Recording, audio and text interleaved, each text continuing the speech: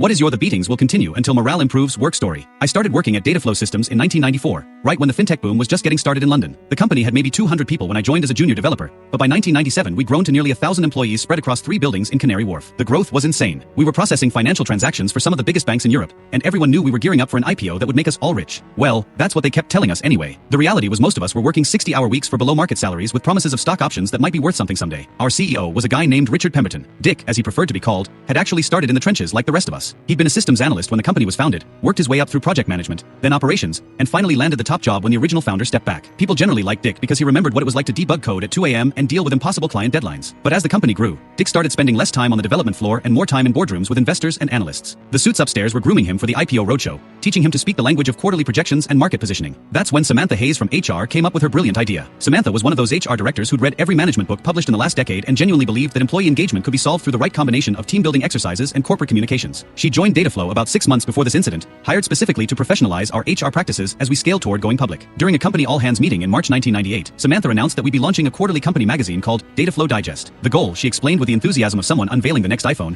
was to build community, celebrate our achievements, and give everyone insight into the people behind our success. We want you to feel connected to the Dataflow family, she said, standing at the front of our largest conference room with a mock-up of the magazine cover projected on the wall behind her. This will be a chance to showcase not just our professional accomplishments, but who we are as people. The first issue arrived on everyone's desk on a Tuesday morning in May. The cover featured a professional headshot of Dick in an expensive-looking navy blazer, with a headline captain at the helm, getting to know CEO Richard Pemberton. Most of us flipped through it during our morning coffee break, expecting the usual corporate fluff about leadership vision and strategic initiatives. The article started predictably enough. Dick's background, his rise through the company, his thoughts on the upcoming IPO. But then it took a turn that nobody saw coming. The interviewer, apparently trying to show Dick's human side, had asked him about his hobbies and interests outside work. Dick mentioned that he enjoyed sailing, which seemed harmless enough. Lots of executives had sailing stories. But then came the paragraph that would become legendary in Dataflow lore. Pemberton's passion for sailing is evident in his prized possession, a 55-foot Sunseeker yacht named Compound Interest that he keeps moored in Monaco. She's been good to me, he says with a smile. But I'm rather hoping that if our IPO goes as planned and my bonus reflects the hard work everyone here has put in, I might be able to upgrade to something in the 76-foot range by next summer. There's this beautiful Ferretti I've had my eye on. The office went dead silent as people read that section. Then the murmuring started. In the cubicle next to mine, Jenny looked up from her copy with her mouth hanging open. Is he seriously talking about buying a bigger yacht while we're all working weekends for free pizza? You sent. Dave from the QA team was less diplomatic. 76 feet? That's bigger than my entire flat. Hell, that's bigger than most people's houses. The timing couldn't have been worse. Just 2 weeks earlier, Samantha had sent out a company-wide email explaining that the coffee budget was being cut to optimize operational expenses ahead of our public offering. We'd gone from decent coffee to whatever generic swill they could buy in bulk from Costco. Word spread through the office like wildfire. By lunchtime, someone had calculated that a 76-foot Ferretti yacht would cost roughly the same as the annual salaries of about 30 developers. By the end of the day, photocopied excerpts from the article were taped up in bathroom stalls and break rooms. The magazine quietly disappeared after issue 3,